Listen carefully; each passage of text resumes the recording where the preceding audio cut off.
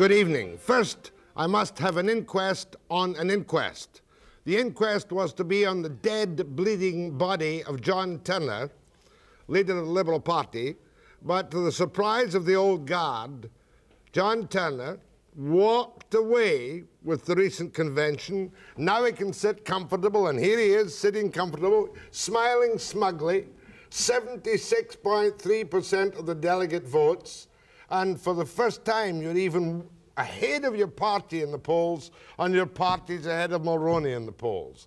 Can you now relax, Mr. Turner, and say, I am the next Prime Minister of Canada when Mulroney makes a few more mistakes and calls an election? Jack, you know, I'm always comfortable on your program. Don't give me that nonsense. I want you really to tell me how you managed to take the knives out of your own back and put them into Coots, Davey, Lalonde, and what you're going to do to finish their careers in the Liberal Party. What I did, Jack, was quite simple. I went right back to the people. I went right back to the Liberal delegates and the Liberal members right across Canada. They didn't know me. They didn't know me when I came back to politics. I'd been away too long, 9, 10 years. And they took me on faith at that leadership convention 2.5 years ago. Then we had that massive defeat. And so I had to prove myself, earn the confidence of Liberals right across the country. And that's what I believe I did. And you will now plead guilty to the fact that you played a large part in that massive defeat. I happen to be part of the instrument, and I accept my share of the blame. But, you know, that defeat was a long time in building up. We had been 20 years in power, less those 9 months of Joe Clark. The party had got arrogant, the party had got remote, and my timing was lousy when I came back. But now, it's a different picture. Well, I remember when you were widely regarded, and I go back a long way with you, John Turner, widely regarded as a Tory in Liberal clothings. Now, with the new convention policies of the Liberal, you're now an NDPer in Liberal clothing. Is that correct? Jack, I am what I've always been. I'm a Liberal in the tradition of Laurier and Mackenzie King and Pearson, Trudeau. I've had no changes. And nobody has a monopoly on liberalism. I believe in rewarding success, but protecting those who can't protect themselves. Mr. Turner, how embarrassed are you by the anti-nuclear position, get out of NATO position of the Liberal Party, stop the testing of cruise missiles, when if ever a member was a person of the NORAD NATO establishment, it's you? How embarrassed are you by these on-the-floor resolutions from your Liberal delegates? What the party also decided on the floor, almost unanimously, was that Canada remains in NATO and part of the alliance, part of the committed nations with the United States and our European partners, okay? So we are a committed nation under NATO. That's what the Liberal Party said, almost unanimously. It also said we should be nuclear-free.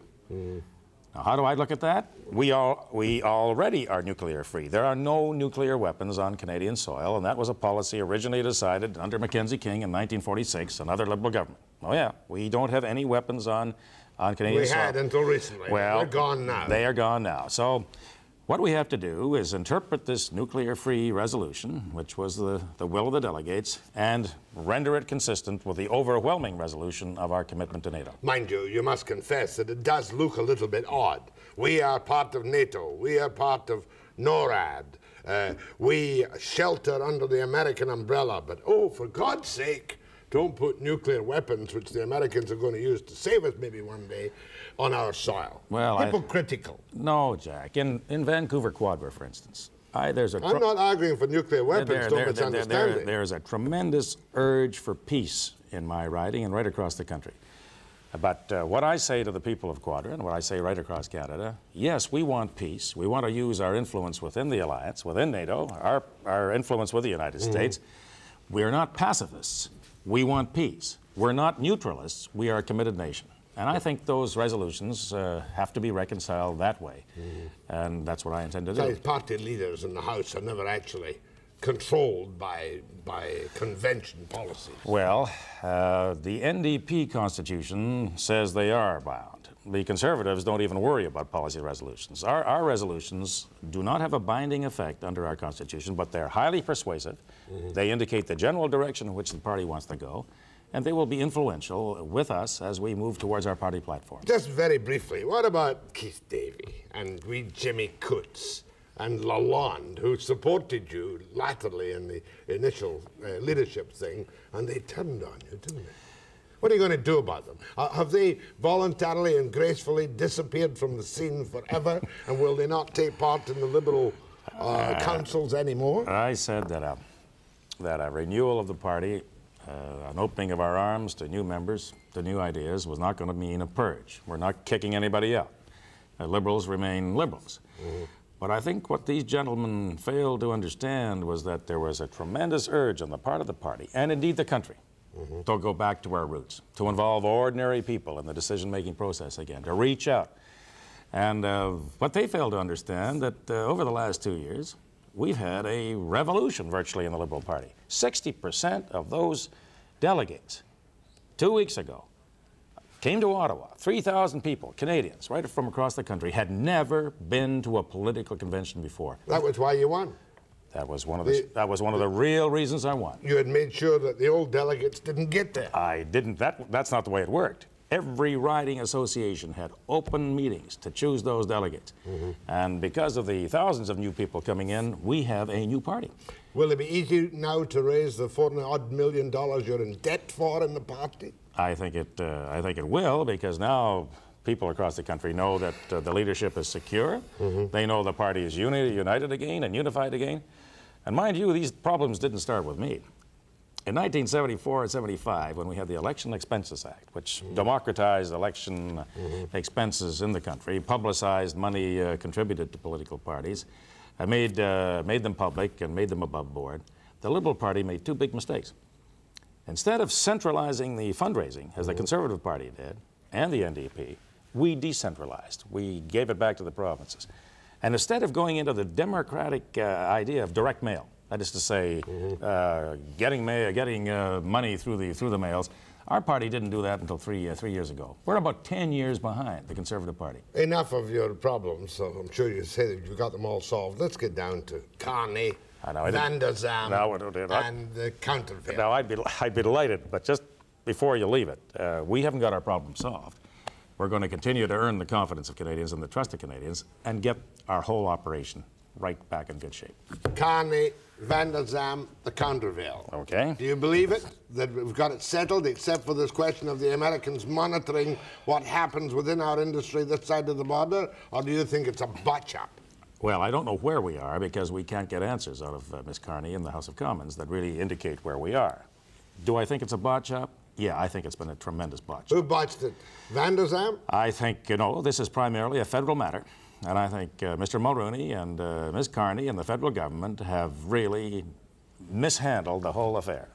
Primarily because they knuckled under to the Americans much too early.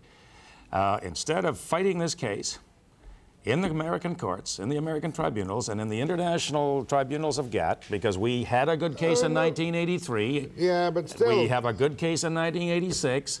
And, we gave away the stumpage argument before they ever heard it. We had a final offer that Ms. Carney said was 10%, and then another final offer at 15%. Well, we've now got an interim deal at 15% under the Commerce Department, the ITC ruling, I think it is. We're stuck with 15%. Surely that we've got to go along, and that Zimmerman ain't helping any by his kind of arbitrary attitude towards no talks with the governments. Well, I'm not going to get into an argument as to whether or not Adam Zimmerman is right, but there's nobody more knowledgeable in the industry than Zimmerman, and I have agreed with the position that the Council of Forest Industries has taken. In other words, you've got a good case. That is to say, Canada has a good case. Don't negotiate it away before it is decided. And if the Americans are going to consider stumpage as a subsidy under their U.S. trade law, they're going to consider an oil royalty as a subsidy. They're going to consider a natural gas royalty as a subsidy. They're going to consider a BC hydro rate as a subsidy. They can go at us in water, natural gas, steel, you name it. That's why there must be no monitoring of what's eventually agreed to with the Americans, right? I agree. You can't have the United States, who's a customer here, deciding how we're going to apply a stumpage rate or how we are going to sell a tree. Mind you, I'd be more comfortable in what you say if I knew what the Liberal Party policy was on free trade, because it was described as opaque. You have three different positions, John. Jack, let me just deal with... What is your position on free trade? Succinctly. All right, I'll give it to you succinctly. But let me just finish with this lumber issue. we would not have negotiated in the abysmally humiliating way that our federal government has negotiated this issue, where we've knuckled under to the Americans, where we blinked, and that Yankee trader across the border socked us right in the eye. Now, free trade. Free trade. We traditionally and historically have believed in liberalizing trade, lowering barriers on tariffs and non-tariff barriers, but on a worldwide basis. We have been against the Mulroney Initiative because we believe it was ill-conceived, ill-managed, and ill-negotiated. There was insufficient public discussion in Canada. There has been no debate in Parliament. The provinces haven't been involved in any adequate way. Would you cut off the free trade talks altogether? Would you forget the whole business? Well, I tell you, we never would have conducted them this way. We would have explored them in a far more deliberate way. We would have gone at it, I believe, sector by sector, and we would have used the International Forum of the GATT as, I believe, a more effective way of negotiating. Sectoral free trade, not multilateral. Multilateral and sectoral. And bilateral. Well, multilateral means you use the GATT. We have always made a better deal with the United States in the course of the international negotiations, because we've never had to take them head-on as a 10-to-1 stronger partner than we are in those head-on negotiations. And we've been careful, as we did in the Auto Pact, in proceeding carefully when we've known what the facts are and known what we're doing. This government has not analyzed the facts, has not involved the provinces, and a good deal of what we have to do here is within provincial jurisdiction, and frankly, the government has been flying blind. And that's why we find ourselves in this awkward situation. John Turner. We'll get to find out what he thinks about the Mulroney government as of today, and we're going to take your calls too to see if you think this is a new John Turner, reformed John Turner, reshaped John Turner. Who gave you the lessons in the new Turner? I don't even recognize a new Turner. After the break.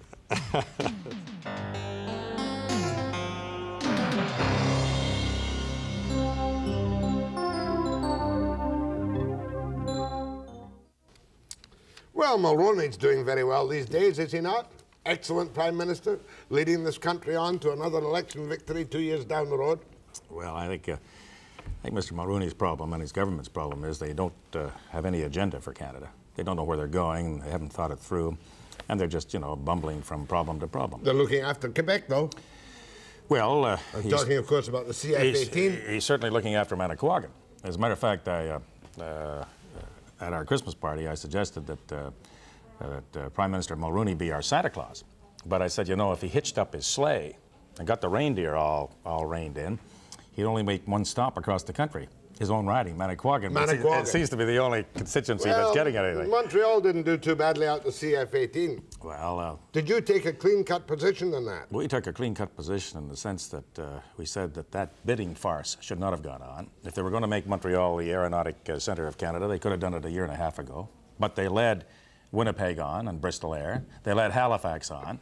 They made an absolute farce of the bidding process. We thought it was absolutely unconscionable the way they handled that deal. Well, on behalf of our new Premier, Bill Van der Zam, I suppose I must ask you, do you think that we should be arbitrarily given the polar icebreaker contract if we're going to have a polar icebreaker? Well, the new Premier was down to see me in Ottawa, and he brought the case about federal procurement, and British Columbia certainly isn't getting its share of federal procurement. And I said in the House of Commons just 2 or 3 days ago that I felt that British Columbia deserved the Polar 8 icebreaker. We have the expertise here. We've got over 1,000, 1,200 workers unemployed who are skilled in this kind of work. We've got the low bid, and it's our turn. In other words, if you were Prime Minister of the country, you would arbitrarily give it to us and not give it to Montreal. It wouldn't be arbitrary. We've got the low bid out of here, and I think we're justified in getting it. The company, of course, has financial problems, which is going for the bid. That's one of the troubles. That obviously would have to be checked out. But in terms of expertise, in terms of fairness across the country, in terms of the low bid, I think British Columbia has a very strong case. Are they going to pass this multinational drug law preventing the protection of new drugs by genetic copying? They keep putting time limitation on debate, and they're trying to force it through. Where do you stand on that one? We, our party, the Liberal Party, backed the Eastman Report. That is to say, there should be a certain balance between intellectual property and the patent right, say at a 4-year protection, and the Canadian consumer. You happen to know that I brought in the present law that gave the consumer a break in 1968-69. 4-year protection at the moment, isn't it? No, it's compulsory licenses after it's brought in. The government wants 10 years protection. You say 4 years for new drugs. Harry Eastman suggested 4 years. We thought that's what Not bad. Let's go to see what people say about the new John Turner. Are you a new John Turner? Same guy I think I've always been, Jack. You don't see any change in me, do you? I forget how old you are. 57. 57. How old are you, Jack? You don't look a day more than 56. Go ahead, please. Good evening, gentlemen. Good evening. 2 quick questions, if I could, Mr. Turner. One of the questions, I've supported your leadership, and I agree, and I like the Liberal Party. I was quite concerned about the talk about NATO, and I'm not quite clear when you say about the nuclear-free.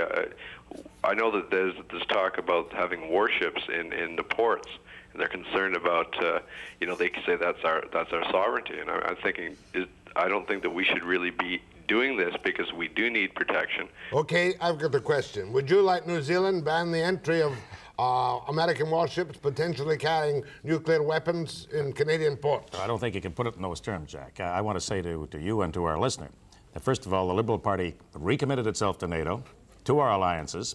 We're not a neutralist nation, we're a committed nation. On the other hand, we have been nuclear-free as our country since 1946. On the issue of warships entering our ports, that's something we have to negotiate as part of our NATO responsibilities.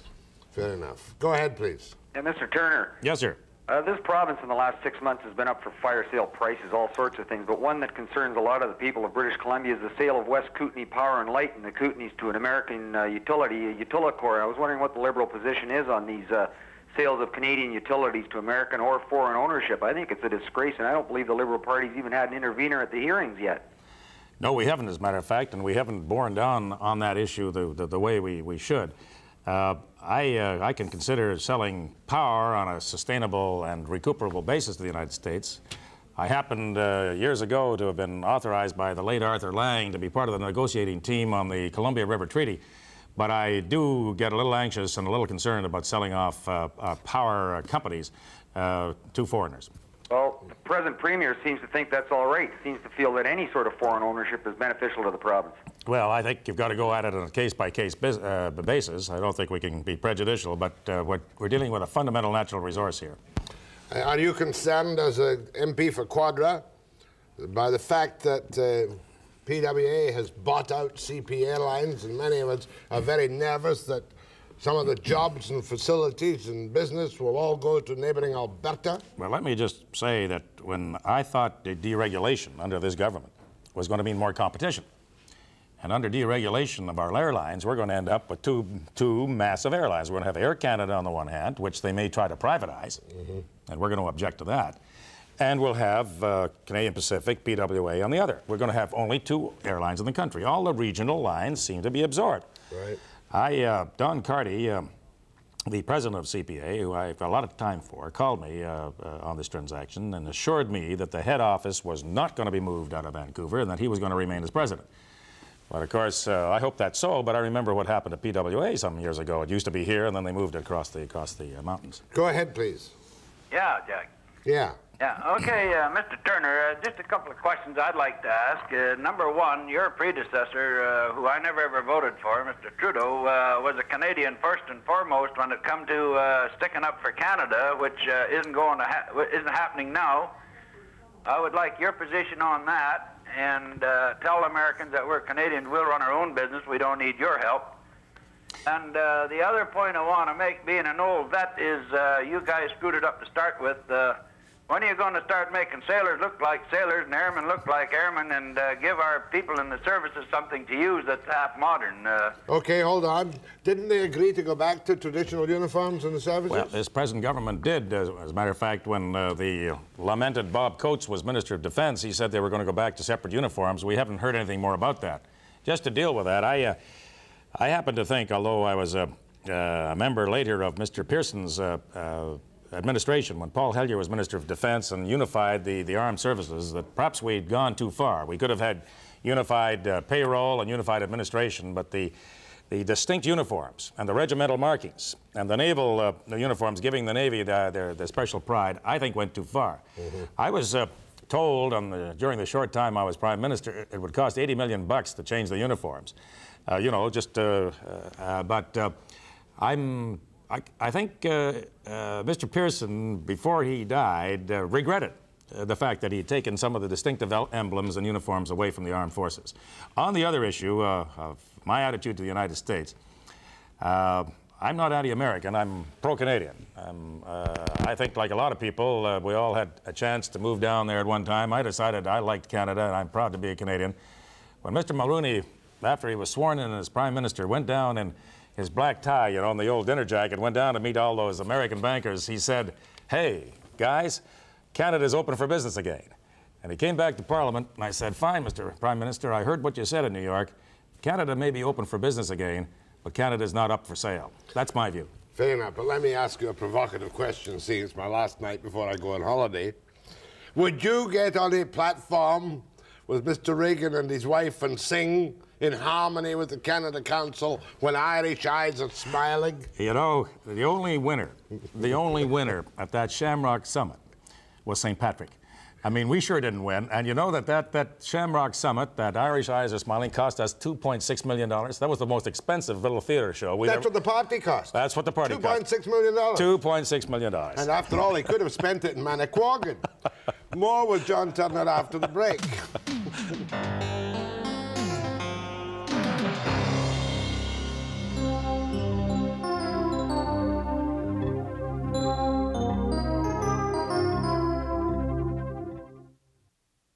I won't come to your retirement party.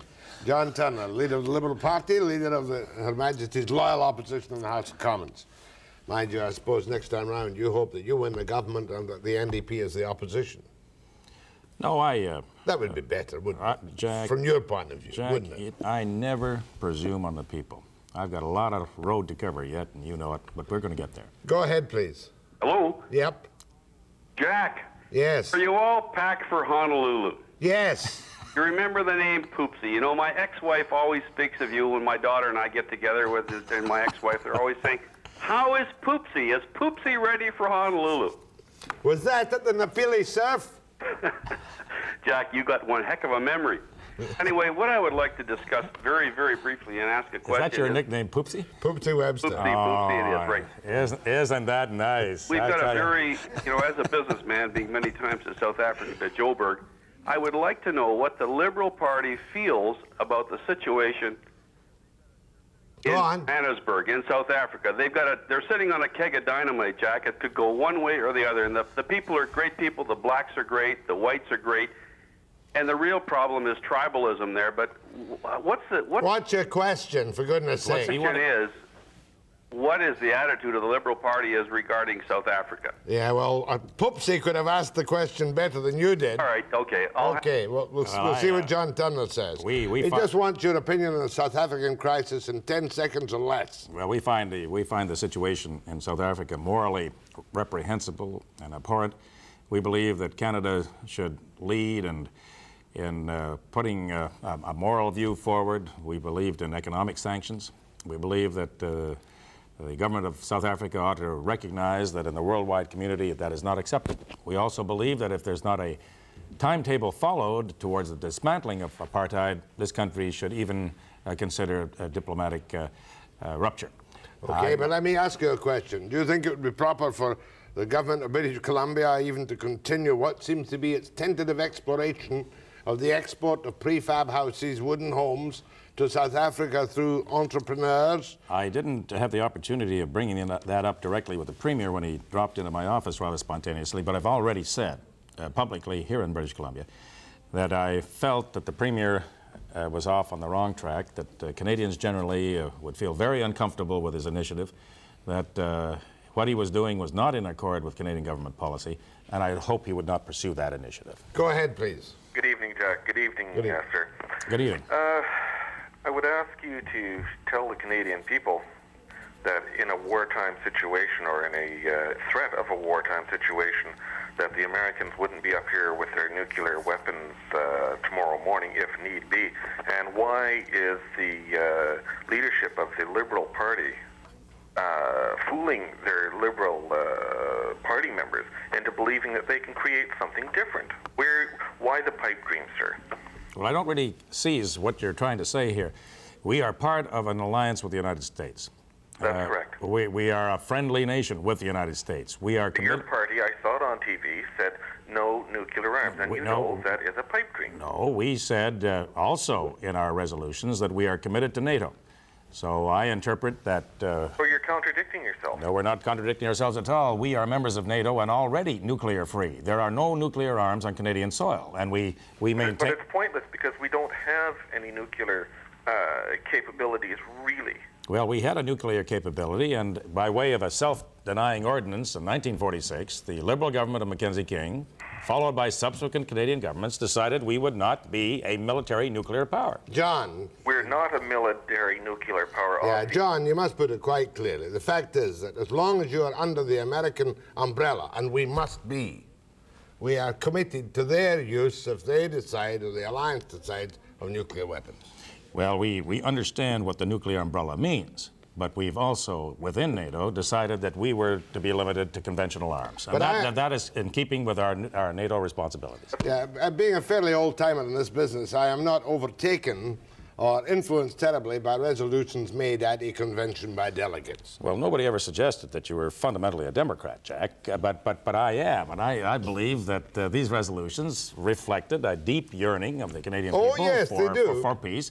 And I've said they aren't binding, but they're going to be highly influential as we convert policy into a platform for the Canadian people. But don't underestimate the legitimacy of what 3,000 Canadians from across Canada assembled in an open convention under open television, open to the public. Reflecting the wishes of many people other than Liberals, too. Reflecting their own communities. Even the odd Conservative. Well, those resolutions were bubbled up from Vancouver Quadra, Vancouver Centre, Burnaby, I mean, right throughout the country, and they came up in a very, very democratic process. Okay, let's see what's bubbled up in Seychelles. Go ahead, please. Yeah, two questions, Jack. Carry on. One, are you going to give the Canadians the right to own property in Canada? Two, are you going to give Quebec a veto over the rest of Canada in the Constitution? I'll hang up and wait for your answer. Thank you. Well, certainly Canadians have the right to own property. I mean, that's a fundamental right. It's not in the Constitution, although Mr. Trudeau, when he was Prime Minister and brought that resolution on our Canadian Constitution before Parliament, offered to put it in if the other two parties were agreed. And they couldn't agree on a one-day debate to put it in.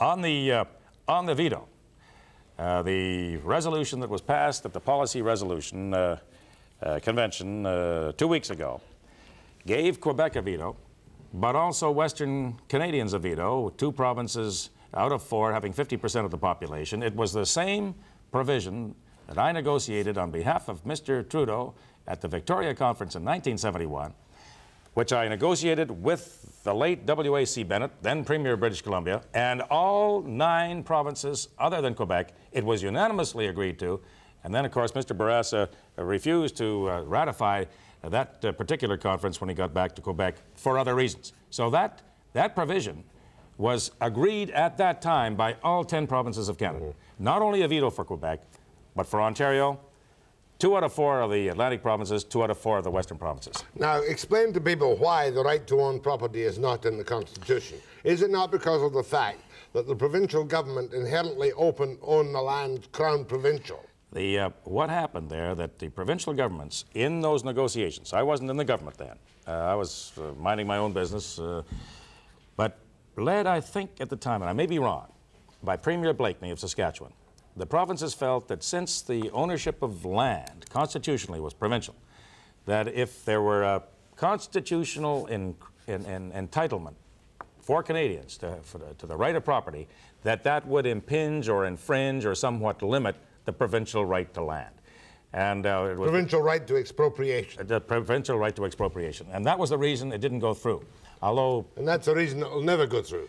I'm not saying that. I would look at it quite sympathetically. I'd like to get the whole legal arguments on both sides. But Mr. Trudeau, my predecessor, did offer the House of Commons a chance to amend that in favor of putting a property provision in the Constitution. Go ahead from Victoria. Yes, good evening, gentlemen. I have 2 questions, and it's regarding manpower and unemployment insurance. The unemployment insurance, I'm not an advocate against it. I just recently lost a business and I haven't got any money at all coming in on a month-to-month basis, and other than looking at the welfare rolls. And the other part of the question is regarding the manpower direct benefit to me on the referral and whatnot. It seems to be that it's a self-perpetuating bureaucracy. I'm sorry, sir, I don't understand your question. I can realize your desperation. Well, no, I just had a recent problem with manpower myself. I wanted to get a job referral, and the Hold on, I'll talk to you off the air. Too complicated. If I can't understand it, do you understand it? Well, if you can't understand it, I certainly have difficulty understanding it, Jack. I'm not going to argue with that. But you know, I think the gentleman has a very good member of Parliament there and ought to refer the question to his member of Parliament. I mean, that's the way we ought to handle it. After the break, more with John Turner.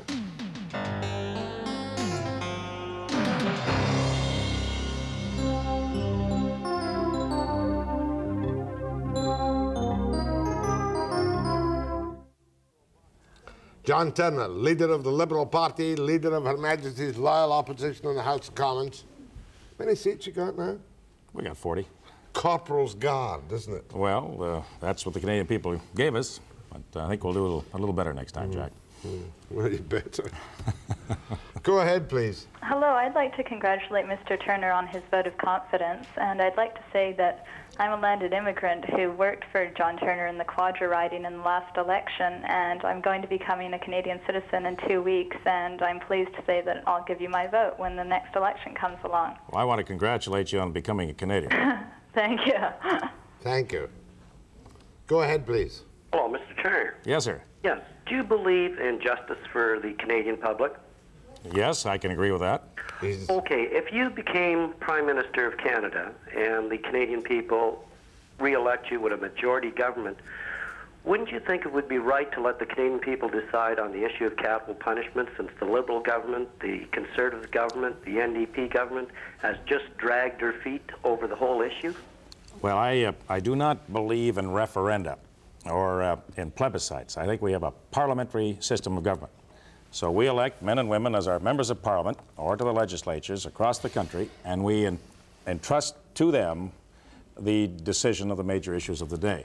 Yes, but sir, when you let them have the major decision on a discussion of capital punishment, it was clearly stated right by Prime Minister Trudeau that please vote by your judgment, not the judgment of the constituency of the persons that have elected them to the party.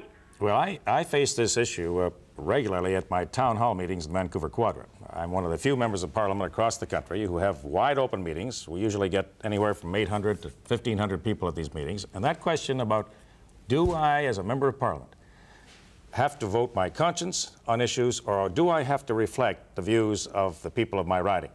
Now, obviously, I take into consideration the views of the people of Vancouver Quadra. But you vote your conscience. But I have to vote my best judgment, and I have to vote my conscience. And if you disagree with the way I'm reflecting your views, then you have the right to throw me out of the next election. Fair enough. And you personally are against the reimposition of capital punishment in a broad way? Yes, sir.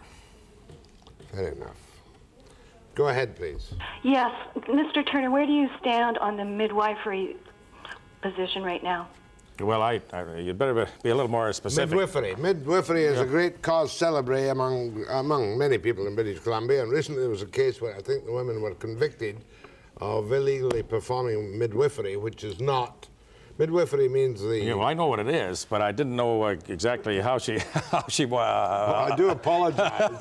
I treat the question very seriously, but you've got to be a little more specific. Would you legalize midwifery under provincial laws? I think I'd better just confine myself to the federal situation here before I examine that a little more carefully. Anything else? And what can we do as Canadian women to get that into Parliament?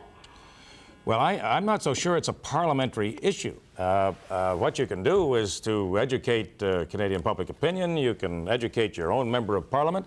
You can advance your cause. We have the freest country in the world, and if your views can win majority acceptance, well, then eventually Parliament may implement it. Go ahead, please. Yes, Mr. Turner. I'd like to congratulate your party in the way they're handling Ontario's unemployment. I was wondering, why can't you or we can't get anything done like that out here in BC. They have no full-time self-serve gas station. Excuse me. They have. I'll change them into full-serve. Is there anything we can do out here that would sometime be like that? Maybe a firefighting force. I think what's happened, our Canadian economy and the recovery we had from the last recession was very unevenly shared. Ontario has been fairly prosperous. Parts of Quebec have done fairly well, but the Atlantic provinces have been cut adrift, and Western Canada, in my view, has been abandoned. We have a commodity crisis in Western Canada. We have a recession in Western Canada. Oil and gas, potash. Yeah, if you even got the employable people that are on UIC or welfare back to work, they would be spending money in Canada, which would be then creating jobs again in Canada. Well, I understand that. Canadians doing, supporting, and buying more Canadians. Okay, you must confess, however, that your national energy policy drove something like $90 billion of business out of Western Canada. Well, I'm not so sure I accept that interpretation of history, Jack, but I am saying what we have now, we have a commodity crisis in the 4 Western provinces in terms of grain and potash and oil and gas and coal and so on, and we need to diversify the Western Canadian economy because we just cannot depend forever on the way market forces are working. It's a wee bit depressing, isn't it? I tell you. Go ahead from Powell River. Yes, hello, John. How are you?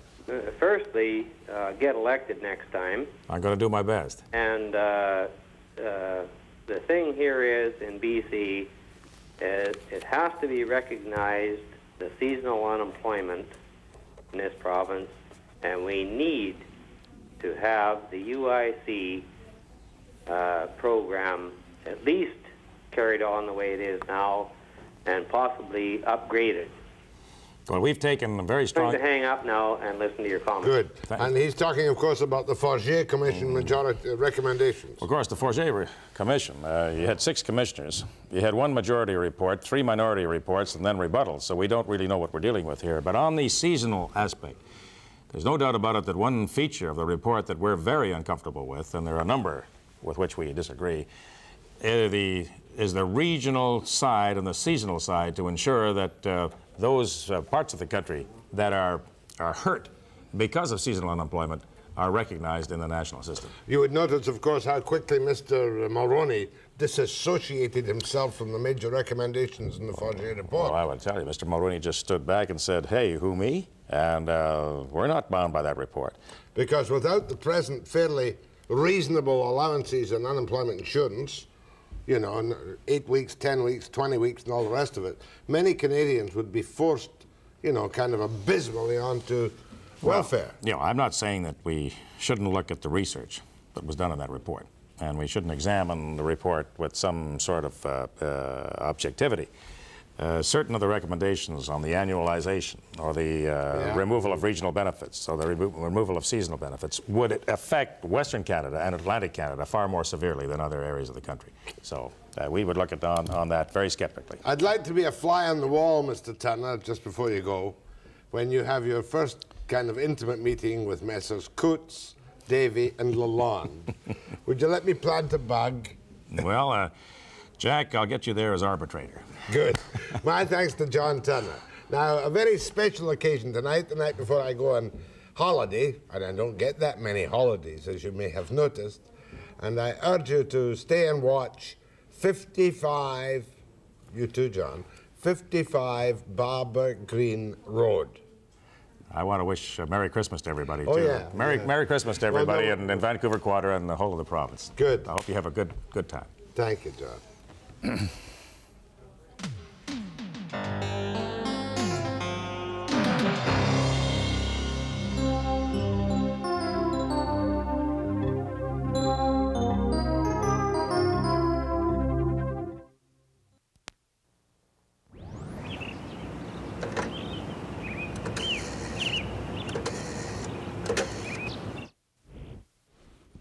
I'm going to have a little bit of a free-for-all, but first of all, I want to take you back something like between 20 and 25 years ago when I was doing a talk show on CKNW.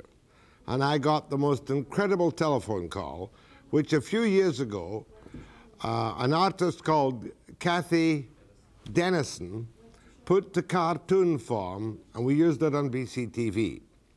We had a very special request today to replay it. The request came from me.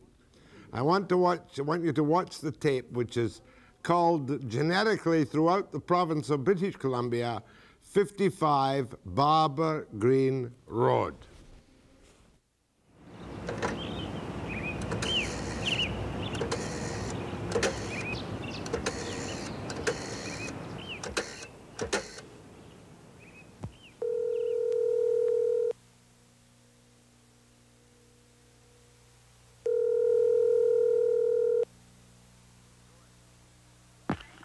Go ahead, please. Hello?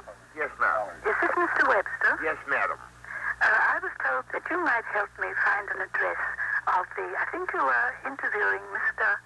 Charlie Hunter, were you not? The editor of Longman's Publishing Company? I am at this very moment, Mr. Curly Hunter. Oh, Curly Hunter. We call him Curly because he's as bald as a coot. Oh, a friend of mine told me. Oh, that's funny. Well, aren't you listening to the radio, ma'am? I want to know where... Aren't you listening to the radio? Yes. Yes. You are you? Yes. Well, my friend told me to call you. I wanted to get this number of Charlie Hunter. Curly Hunter, ma'am. Oh. He's as bald as a coot. 55 Barber Greene Road. Funny enough, Barber Greene Road. He hasn't been in a barber's in years. 55 Barber Greene Road, Don Mills, Ontario. That's the address? Yes, ma'am. How do you spell that? Barber, as in hairdresser. Oh, Barber? Yes, barber. I can't say it the way you do, ma'am. Oh. My glottal stops are too prominent. Oh. Barber? Barber Greene Road. How do you spell that? Green? Yes, as in pink. Green. G-R-W-N? Yes, ma'am. Is that the road? That's the road. That's the address? Yes, madam. What a strange address. Isn't it? Yes. He's a strange man. And what is Barber? That's the name of the road. Oh, Barber Greene Road? Yes, ma'am. Oh, that's the road. Oh, yes, of course it is. Oh, what a long name. Yes, isn't it? And he's bald. Oh, bald as a coot. Tell me, son. Tell me again. How do you spell that name? Curly Hunter, Barber Greene Road, Don Mills, Ontario. Ontario? Don Mills. What's Art Mills? Dawn. You know when the sun comes up like thunder? Sure, that's my name. That's Dawn. What, son of thunder? Dawn is my name. Dawn. Well, D-O-N, as in Don Juan. Don Juan. Don Juan. Juan? Don Mills. Mills? M-I-L-L-S, as in flower. Yes, Don Mills. Is that his name? No, that's the name of the house. What? What? Oh, I'm awfully muddled, aren't I? You're delightful. You and I must do a comedy act on the stage sometime. Yes, I have done that sometimes. I think you're pulling my leg. That's what you're doing. Huh? You're pulling my leg. No, I'm not. Okay, let's start again. Yes. Curly Hunter. Charlie Hunter. Curly. How do you spell that? C-U-R-L-Y. Curly. He's as bald. I don't seem able to get that. Curly Hunter, 55 Barber Greene Road, Don Mills, Ontario. Oh my, now I've got to. You phone the girl at the switchboard and she'll tell you. Thanks for calling, ma'am. Oh my. Well, I think it's very funny indeed. And it must have been at least 20 years ago when she phoned me when I was in NW to get this address. The address was, and I don't know if Curly's still there, Curly Hunter, as bald as a coot, Longman's Publishing Company, 55 Barber Greene Road, Don Mills, Ontario. Okay, a free-for-all till the end. Go ahead, please. Hi, Jack. I just wanted to say it seems to me that Turner is much more secure with himself and deliberate than he used to be, and I guess he should feel that way. But that just might get him in there, I suppose, as well. He feels that Mulroney's had a chance to botch things up, and he's feeling pretty good about himself. And I hope he continues to feel that way, and then he might have a chance to get in. I was waiting, hang on here, I was waiting for a while, and what I was going to ask him about, and I'm wondering if you know federally what we're doing, I guess we can't do much provincially, is this a chance that Washington State might get that nuclear waste dump put in. And as they were speaking about, there's 3 positions left in the United States, and one of them, and it seems like the one that's leading it, could get that dump put in. Now, wouldn't you think that if we have this alliance with the United States, that if in fact we are going to have free trade, and if in fact we look after each other so much and so forth, that they're going to be looking into it from a Canadian point of view a little bit more than letting the Americans just sort of dump into our backyard? And I hope so, but I'm not aware of any nuclear waste dumped in the United States. I thought it was somewhere else, a long way from here. Oh, no. They're looking at 3 different positions to put it in nationally, and the one that's sort of leading the group right now is in Hanford in Washington State. Well, Hanford, of course, is a great plutonium plant about which there have been some concerns. I'll keep an eye on that in the new year. Go ahead, please. Yes, Mr. Webster. Yes, sir. I was a little late getting to the phone because I couldn't get over the bridge, but I was just wondering, I missed John Turner and so on and so forth. Did I miss anything really important or not really?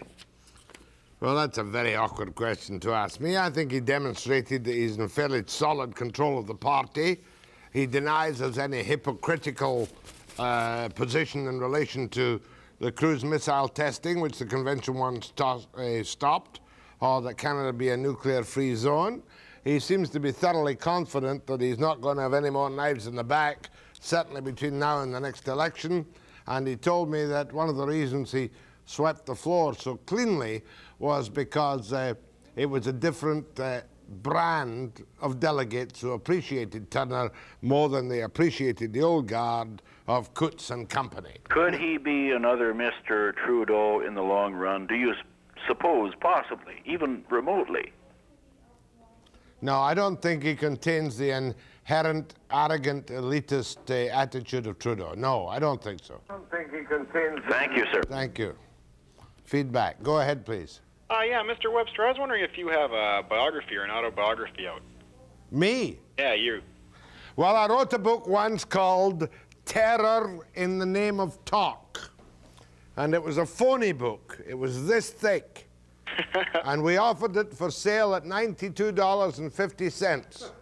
And would you believe it, that phony as it was, after we did it on the air, a large number of offers were received on the Lower Mainland for Webster's book, Terror in the Name of Talk. Should I get old enough to have time to sit down and write a book, I shall keep that title and sell it to you, not for $92, but for maybe $52. No, I think you should write one. I think you probably have more followers than any of the Davies or people out there that are writing them right now. I should certainly hope so, because I am not committed by allegiance to any political party. I'm a true independent. Thank you very much, and I'll be back after the break.